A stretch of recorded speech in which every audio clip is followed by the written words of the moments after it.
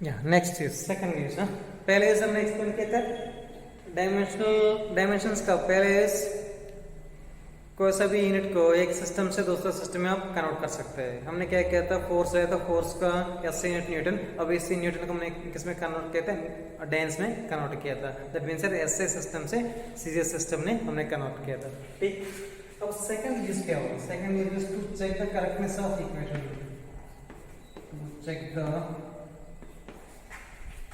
correctness of equation, correctness of the given equation, of the given equation।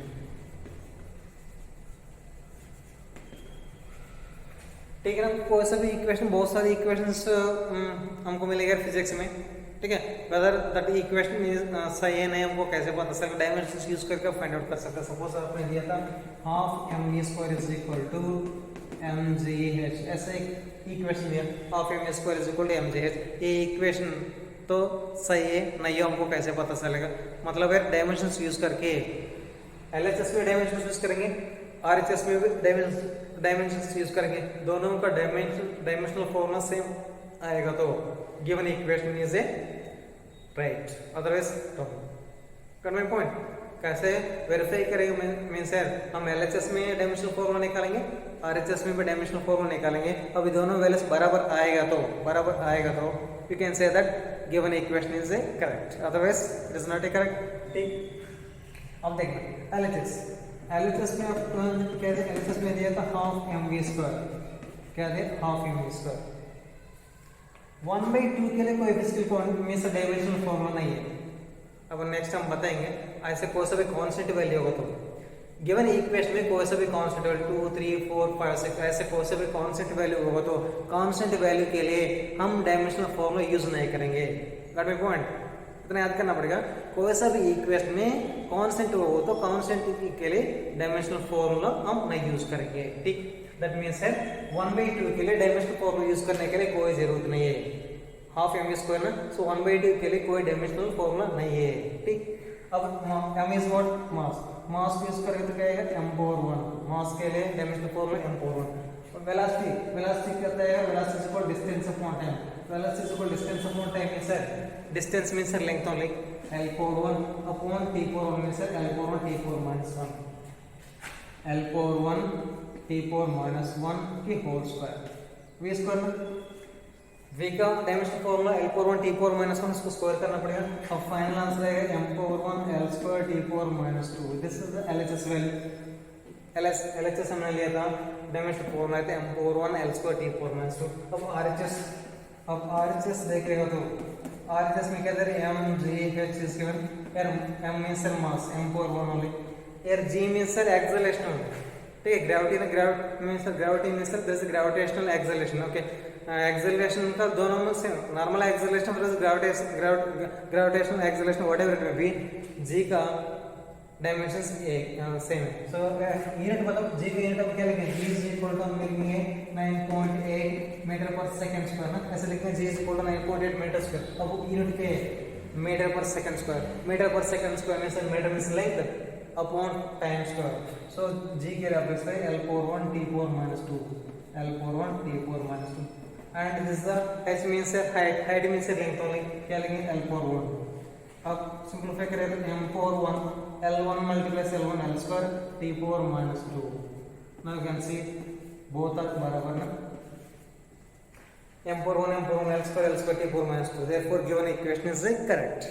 ठीक, अब इतना करना है, let them give any equation doesn't matter, लेकिन आपको क्या करना है, डायमेंशंस यूज करके एलएचएस और आरएचएस फाइंड आउट करेंगे तो दोनों का आंसर बराबर आएगा तो then you can say that equation is right, otherwise wrong. ठीक, या अब आखिरी एक और यूज है इसमें, उसके एक और use there, that is to establish the relation among the given physical quantities. तीसरा यूज, पहले यूज हमने क्या बताया, पहले यूज हम बताया था एक सिस्टम से दूसरे सिस्टम में आप कन्वर्ट कर सकते हैं।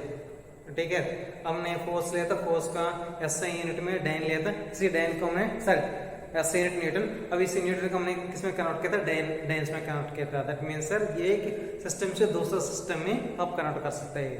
ठीक, that will first use. Got my point? Units को एक सिस्टम से दूसरे सिस्टम में आप कन्वर्ट कर सकते हैं, ठीक। न्यूमेरिक वैल्यू आप फाइंड आउट कर सकते हैं, ठीक। अब 1 newton is in numeric value in SI system ना, and 1 newton is equal to 10^4 dynes, ठीक है। हमने न्यूमेरिक वैल्यू कन्वर्ट कर सकते हैं, कितना होगा। So that the first is, and second is to check the correctness of equation, to check the correctness of the equation. And third is, हमको कुछ फिजिकल क्वांटिटीज दिया होगा तो, कुछ फिजिकल क्वांटिटीज दिया होगा तो हम क्या करना है, अमंग देम हम एक रिलेशन एस्टैब्लिश कर सकते हैं, ठीक है। एक एग्जांपल आपको किताब में दिया, एक एग्जांपल आपको किताब में दिया, they are saying here the time period is depending mass, length and gravity। आपका किताब में दिया time period of simple pendulum, the time period of simple pendulum में depend on the mass, length and gravity, ठीक है। अब time period किस में डिपेंड कर रहा है बताओ? मास पे डिपेंड कर रहे हैं, लेंथ पे डिपेंड कर रहे हैं, ग्रेविटी। अब हमको इतना इंफॉर्मेशन क्वेश्चन में दिया होगा, ठीक है, क्वेश्चन में दिया होगा टाइम पीरियड किस किस पे डिपेंड कर रहे हैं दिया होगा, ठीक है। उसके बाद आप क्या करना पड़ेगा, एक रिलेशन एस्टैब्लिश करके आप क्या फाइंड आउट करना पड़ेगा, इनका पावर वैल्यू से फाइंड आउट करना पड़ेगा, एक रिलेशन आप एस्टैब्लिश करना है, कैसे एस्टैब्लिश करना है, ठीक। अब इसके लिए हम क्या करें, T directly proportional to M4A L4B G4C। Why I am writing like this means time period का इक्वेशन आएगा इन टर्म्स ऑफ MLG में आएगा, लेकिन हमको नहीं पता है M की पावर कुछ आ सकते हैं, L की पावर कुछ अलग आ सकते हैं, G की पावर कुछ और आ सकते हैं, ठीक। ये वैल्यूज हम फाइंड आउट करना है, गॉट माय पॉइंट? T की आंसर आएगा MLG में, लेकिन M पावर कुछ और हो सकते हैं, L की पावर कुछ और हो सकते हैं, ठीक है। ये वैल्यूज हमको नहीं पता, इसी वजह से हमने क्या लिया था, M की पावर A लिया था, L की पावर B, G की पावर C। अब क्या करना है, ABC वैल्यू सब फाइंड आउट करेगा तो हमारा काम हो जाएगा, ठीक। या प्रोपोर्शनल के, तो प्रोपोर्शनल तो काटा कम क्या है, constant K is equal to M4A L4B G4C, ठीक। ये तो कांस्टेंट, प्रोपोर्शनल कांस्टेंट के लिए नो डायमेंशंस, ऑलरेडी हमने बताया था, कांस्टेंट के लिए कोई डायमेंशंस अप्लाई नहीं करेंगे, okay. We don't have any dimensional form for constant. Means some of the cases, not all the cases, okay, some exceptional cases are there, again don't say like that, means some of the constants के लिए आपको dimensions मिल जाएगा। Already मैं एक example आप लोगों को explain किया था, gravitational constant that is what constant है, फिर भी उनके लिए डायमेंशंस है, ठीक। हर जगह में नहीं है, कुछ एक्सेप्शनल केसेस भी है, ठीक। केस कांस्टेंट का नो डायमेंशनल फॉर्मूला। अब देखें लेफ्ट में टाइम पीरियड इज देयर, ठीक है, टाइम पीरियड में टाइम ओनली, उनका डायमेंशनल फॉर्मूला क्या होगा, तो डायमेंशनल फॉर्मूला टाइम होगा that is equal to, okay, तो टाइम पीरियड LHS ना, LHS में आप लिखिएगा तो क्या लिख सकते हो, बताओ, टाइम पीरियड का डायमेंशनल फॉर्मूला आप लिखेंगे T4, ये तो टाइम है ना। टाइम के लिए स्टैंडर्ड फॉर्म किससे, कौन सा लेटर से डिनोट करेंगे, T से। अब एक ही बार होता है T4, लेकिन आप एग्जैक्टली लिखेगा तो ऐसा लिखेगा M की पावर 0, L की power 0, T4 not my point, के को छोड़ दीजिएगा, ठीक। ये तो टाइम पीरियड है, टाइम पीरियड को T4 है, ठीक है। तो मास का नहीं है, L का नहीं है, पैसे भी लिखने में कोई दिक्कत है, M पावर 0 कितना है 1 है, L की पावर 0 कितना है 1 है, 1 into T4 आएगा, ठीक। आप एग्जैक्टली लिखना चाहे तो इसी फॉर्म में लिखना। सपोज हमने वेलोसिटी को लेकर L41 T4 -1 है, हम डायमेंशनल फॉर्म ऐसा लिखेंगे, लेकिन आप एग्जैक्टली आप दिखाना चाहते हैं M40 L41 T4 -1 ऐसे दिखाना है, ठीक। ये दोनों सेम है, अलग नहीं है, ठीक। ये तो इलेक्ट्रिस है। एंड RHS में मास के लिए हम क्या लिखेंगे, M लिखेंगे, M की power A, length means L41 की पावर 1 एंड ग्रेविटी के लिए, ग्रेविटी की यूनिट्स बताओ, ग्रेविटी की यूनिट्स मीटर पर second square, metre means L41 upon second square means T4 -2 whole power 6, I'm not doing anything. What I'm doing here?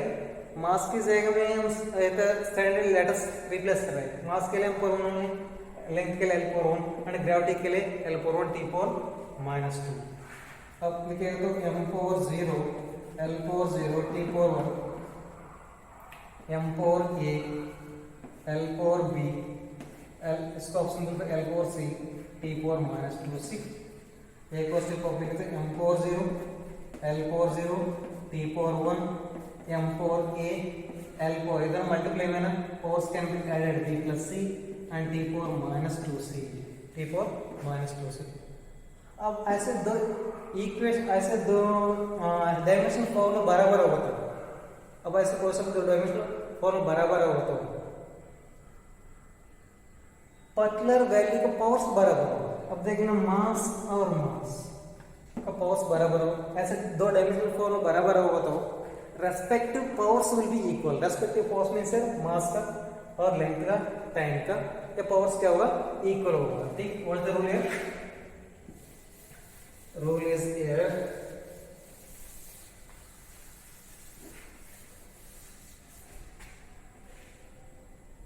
इसको हम यहाँ पर लिख रहे हैं P is equal to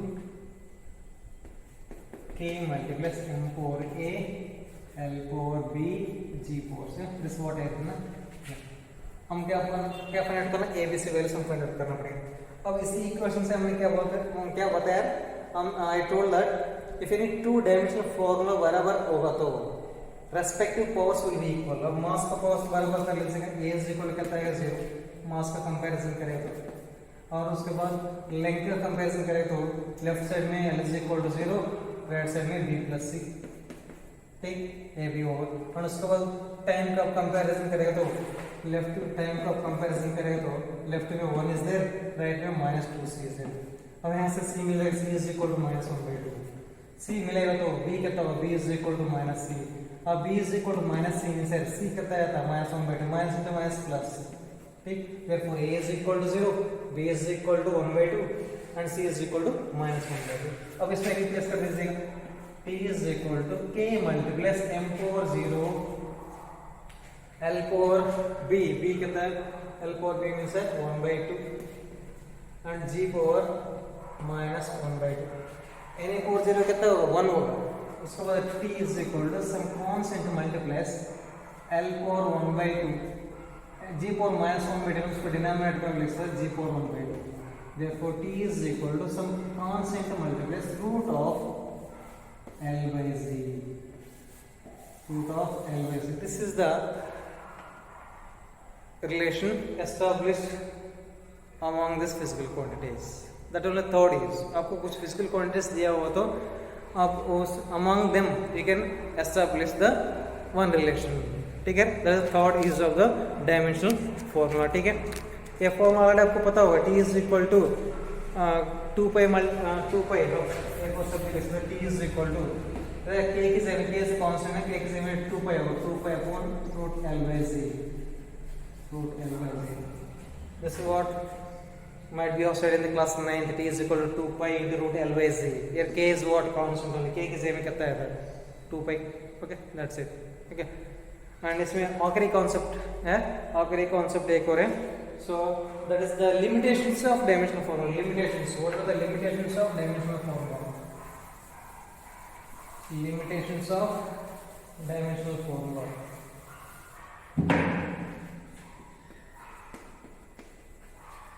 Limitations.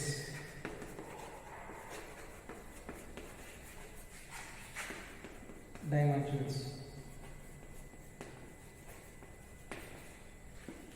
First limitation already हम एक्सप्लेन किया था आप लोगों को.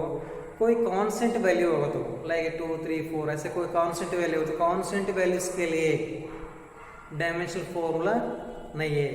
प्योर नंबर्स में 2 3 4 5 6 इसको हम क्या बोलेंगे कांस्टेंट. ऐसे कांस्टेंट वैल्यूज के लिए we call it the dimensional formula. ठीक है. कांस्टेंट वैल्यूज के लिए कांस्टेंट वैल्यूज लाइक 2 3 4 ठीक है व्हाट एवर मे बी इनके लिए no dimensions. No dimensions. And the second point में trigonometric function means sin theta cos theta ठीक है, ये tan थीटा आंसर इसके लिए no dimensional formula, trigonometric function के लिए no dimensions, no dimensions, no dimension, trigonometric function के लिए डायमेंशंस नहीं होगा, ठीक। एंड लॉगरिथम्स कैसा लॉग्स होगा, लॉगरिथम्स के लिए भी no dimensions, no dimensional formula, no dimensions. Got my point. Constant like 2 3 4 5 ऐसे कोई नंबर होगा तो नंबर के लिए कोई डायमेंशनल फॉर्मूला नहीं है। एंड साइन कॉस टेन ऐसे कोई ट्रिग्नोमेट्रिक फंक्शन होगा तो ट्रिग्नोमेट्रिक फंक्शन के लिए भी हमारे पास कोई डायमेंशन नहीं है। एंड लॉगरिथम के लिए भी कोई डायमेंशनल फॉर्मूला नहीं है। एंड नेक्स्ट फोर्थ वन ना, नॉर्मली हम कोई सा भी इक्वेशन को एस्टेब्लिश कर सकते हैं हमारे पास 3 फिजिकल क्वांटिटी होगा तो। नॉर्मली हमारे पास 3 फिजिकल क्वांटिटीज होगा तो आप इक्वेशन को एस्टेब्लिश कर सकते हैं। 3 से ज्यादा होगा तो अब देख लेना, हर क्वेश्चन में एमएलटी आ रहा है ना, हर डायमेंशंस में आप लिखे हो तो एमएलटी कितना इन्वॉल्व है, 3 इन्वॉल्व है, ठीक है। इसका मतलब है हम कोई सा भी फिजिकल क्वांटिटी को नहीं तो फिजिकल रिलेशन ऑफ एस्टेब्लिश कर सकते हैं। हम फिजिकल रिलेशन ऑफ एस्टेब्लिश कर सकते हैं when there are only 3 physical quantities are involve. अब more than 3 physical quantities involve होगा तो we can't establish the any physical relation. Got my point. आप फिजिकल रिलेशन को एस्टेब्लिश करने के लिए कितना इन्वॉल्व होना चाहिए, 3 फिजिकल क्वांटिटीज इन्वॉल्व होना चाहिए। मोर देन 3 फिजिकल क्वांटिटीज होगा तो fourth one limitation, more than 3 physical quantities over तो we can't establish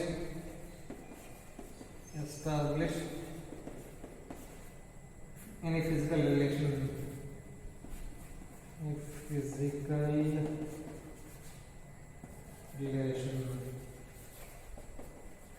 Got my point. 3 होगा तो कोई दिक्कत नहीं, 3 होगा तो हम एस्टेब्लिश कर सकते हैं। 3 से ज्यादा होगा तो दिक्कत है, ठीक। एंड एक आखिरी वाला हम डायमेंशन फॉर्मूला बता रहे हैं ना, ये हर फिजिकल क्वांटिटी के यूनिक नहीं है। अब कभी कभी आपको मिल सकते हैं 2-3 को सेम डायमेंशनल फॉर्मूला भी हो सकते हैं, ये भी गलत, ये भी लिमिटेशन है। नॉर्मली आप देखेगा तो कुछ फिजिकल क्वांटिटीज के लिए डायमेंशनल फॉर्मूला क्या आ रहे हैं, सेम आ रहे हैं मतलब यार तो नाम तो अलग अलग है। हम तो फिजिकल क्वांटिटी का नाम तो अलग है लेकिन डायमेंशनल फॉर्मूला अलग नहीं है। दैट मीन्स सर कुछ फिजिकल क्वांटिटीज के लिए सेम डायमेंशनल फॉर्मूला भी आ रहे हैं। एग्जांपल हम अभी बताएंगे, ठीक है। Got my point. नॉर्मली इतना मीन्स डिफरेंट फिजिकल क्वांटिटीज है, हर फिजिकल क्वांटिटी के लिए डायमेंशनल फॉर्मूला क्या होना चाहिए, अलग होना चाहिए, यूनिक होना चाहिए। लेकिन ये डायमेंशनल फॉर्मूला यूनिक नहीं है। डायमेंशनल फॉर्मूला क्या नहीं, यूनिक नहीं है। मीन्स डिफरेंट फिजिकल क्वांटिटीज के लिए डिफरेंट डायमेंशनल फॉर्मूलास नहीं है। और कुछ केसेस में कुछ फिजिकल क्वांटिटीज के लिए डायमेंशन सेम आ रहे हैं। Got my point. पहले लिमिटेशन इज ऐसे प्योर नंबर के लिए डायमेंशंस नहीं है, ट्रिग्नोमेट्रिक फंक्शन के लिए डायमेंशंस नहीं है, एंड लॉगरिथमिक फंक्शन के लिए we can't use the dimensions. And fourth point, कोई सा भी फिजिकल रिलेशन में 3 फिजिकल क्वांटिटीज इन्वॉल्व होगा तो आप रिलेशन बना सकते हैं, 3 से ज्यादा होगा तो वी कांट एस्टेब्लिश, ठीक। एंड फिफ्थ वन हम बोल रहे हैं बहुत सारे फिजिकल क्वांटिटीज है, ठीक है। लेकिन ये फिजिकल क्वांटिटीज के लिए हमने क्या फाइंड आउट करा, डायमेंशंस। लेकिन डायमेंशनल फॉर्मूला यूनिक नहीं है। डायमेंशनल फॉर्मूला यूनिक नहीं है मतलब कुछ फिजिकल क्वांटिटीज के लिए डायमेंशनल फॉर्मूला सेम आ रहे हैं। Suppose I am explaining it, you can see example हम एक्सप्लेन कर रहे हैं।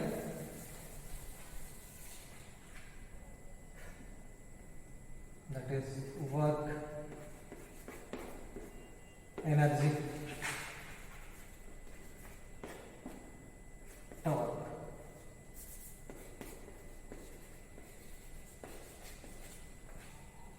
तीनों को सेम डायमेंशनल फॉर्मूला है।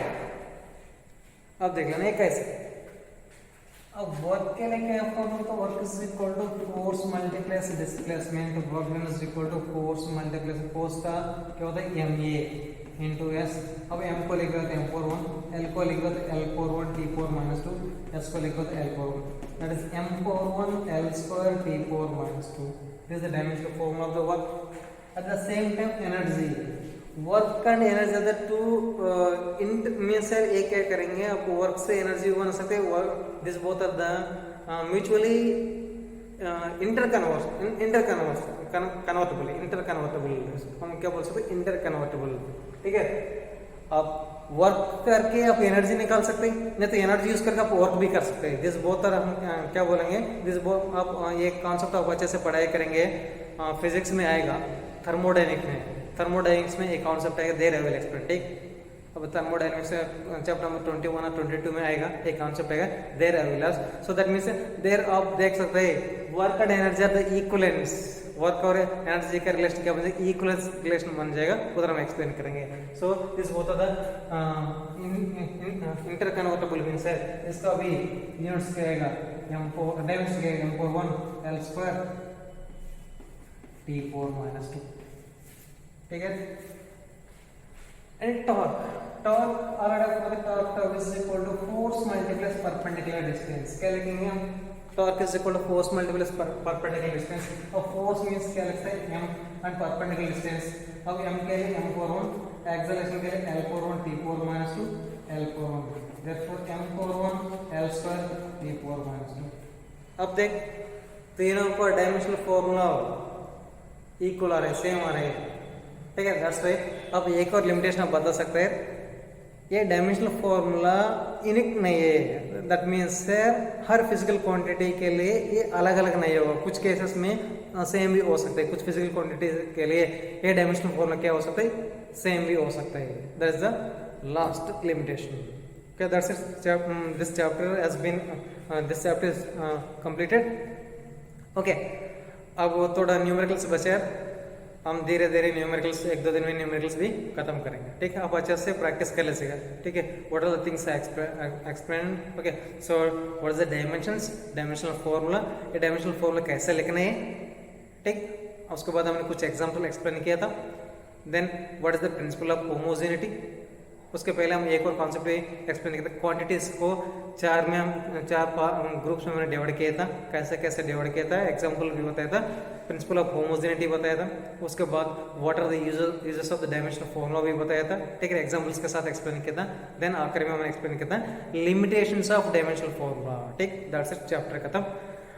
Now I think for your first term examination syllabus has been completed. ठीक, अब थोड़ा सा न्यूमेरिकल्स बचे, हम एक दो दिन में न्यूमेरिकल्स भी हम कंप्लीट करेंगे। ठीक, what are the concept I taught, we just prepare those topics at the same time numerical also. Error analysis में ऑलरेडी हमने न्यूमेरिकल्स दिया, एरर्स के लिए हमने दिया था, लेकिन सिग्निफिकेंट फिगर्स के लिए हम नहीं दिया था। वही मीन्स है वो तो आसान है, सिग्निफिकेंट फिगर्स में केवल 2 क्वेश्चंस दिया, बाकी न्यूमेरिकल्स आप आराम से कर सकते हैं। ठीक है, वही मीन्स है ए तो प्लस होगा, नहीं तो माइनस होगा, नहीं तो मल्टीप्लाई होगा, डिविजन होगा, सबका रूल तो ए है। सबका रूल क्या है, सबका रूल हम क्या देखना पड़ेगा, लीस्ट एक्यूरेट में देखना पड़ेगा, लीस्ट एक्यूरेट में सिग्निफिकेंट फिगर्स कितना होगा, रिजल्ट में भी उतना सिग्निफिकेंट फिगर होना चाहिए। That is the logic, that's it, I explain this all the concept. ठीक, अब syllabus completed for the first term examination. अब 2 दिन में इस चैप्टर का कुछ थोड़ा हाई लेवल का, थोड़ा डिफिकल्ट लेवल का हम न्यूमेरिकल्स एक्सप्लेन करेंगे। आप लोगों को कुछ डाउट होगा तो पूछ सकते हैं, and you can after completion of this chapter you can send notes. Most of them have sent me notes, but some are left to send. Okay, try to send as early as possible, otherwise you may lose the marks in practical examination. If you are not going to be send the notes to me, okay, 30 marks in my hand, I mean this is only paper will be 70 marks. 70 marks means that now we will be conducting for the 50 marks, max marks. Online exam में हम conduct कर रहे हैं 50 marks के लिए, ये 50 marks will be converted into 70 marks. उसके बाद 30 मार्क्स प्रैक्टिकल एग्जामिनेशन होगा, प्रैक्टिकल एग्जाम में 30 marks in my hand. Okay, you are not sending notes, then your marks will be reduced, there is no doubt at all. take. Okay, thank you.